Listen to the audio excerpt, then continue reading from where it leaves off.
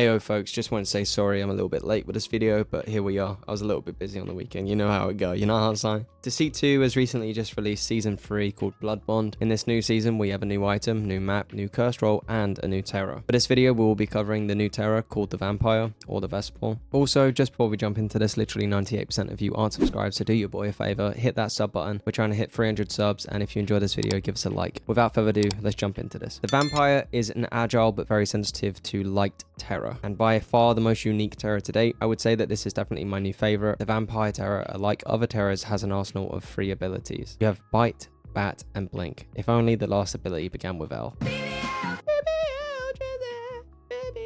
Okay, enough joking around. Let's talk about Bite. The Bite ability is just like the grab for the experiment or the werewolf. It takes around 50% of sanity, so if you grab someone and it reaches 0, they will be banished. However, it does have a slight twist to it. If you grab someone who has enough sanity to survive, you will respawn somewhere else. Let's talk about the Bat ability. The Bat is the tracking ability for the Vampire.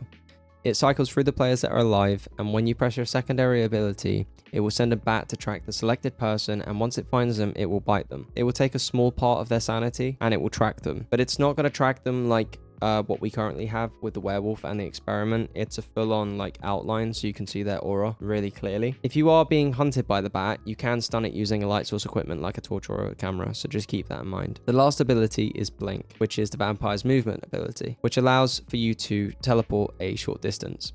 This ability allows you to blink through wall cracks, solid walls, and even ceilings. If you are chasing a human who is going through a wall crack, you will be able to blink onto the other side before they get through it. The blink is very powerful, but the vampire itself does have a lot of downsides, but we'll talk about that in just a minute. Let's talk passives. The vampire has a faster movement speed than the experiment without a charge up like the werewolf, and once you see an innocent, you move quicker. However, the vampire cannot use portals, so you can either check where the portal leads so that you can anticipate where the innocent will go and then cut them off. Alternatively, you can switch back to a human form, use the portal, and then transform back into your terror form. But you know, sometimes this can come with a little bit of hindrance depending on if you know where the enemy went. The vampire is very weak, much weaker than the werewolf and experiment, because when you are flashed, you will respawn somewhere else. The vampire cannot block off wall cracks or break destructible walls, and this is why the blink is so crucial. Also, the vampire does not make any sound when moving, as it is floating, so this adds more to being surprised by it. There's been instances where I've ran down a corridor and I've had a vampire pull up out of nowhere because I can't hear them. Now that we've spoken about the whole vampire's kit, let's talk about how I believe that the vampire should be used to have the most efficient plays. When it comes to the vampire, you should see him as an individual tracker for banishing players that are a powerful role. For example, if you know who the chemist is and you simply cannot find them, using your track ability will allow you to do what other terrors cannot, because obviously they have the howl, they have the eyes, but if they're hidden in a tight spot and you can't find them, the vampire will. This allows you to get rid of these powerful roles like the chemist, warden, seer, any role that has any leverage of being cleared, any ability that can hinder you. It's worth noting that you should try to focus on these if you have the information of whom they are. Obviously, there are circumstances where if someone saw you do a blood altar just before the in-between, you can go and try and hunt them down. It's entirely fine. Obviously, play how you want to play, but you should prioritize killing the people that have special roles, the ones that are going to cause more of a problem for you later down the line. The blink ability has a lot of room for creativity.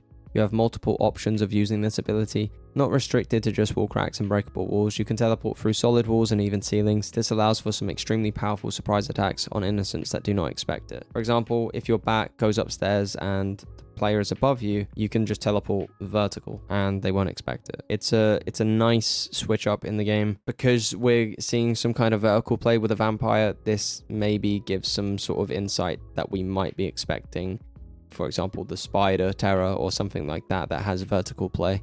It could be cool. The vampire is extremely agile, and with the teleport it's very hard to survive the vampire's clutches. So I'd heavily recommend on using light source equipment, the torch in particular, as it has more consistent ray of light, rather than a camera which you may miss the flash, or they may use the blink ability to avoid being stunned.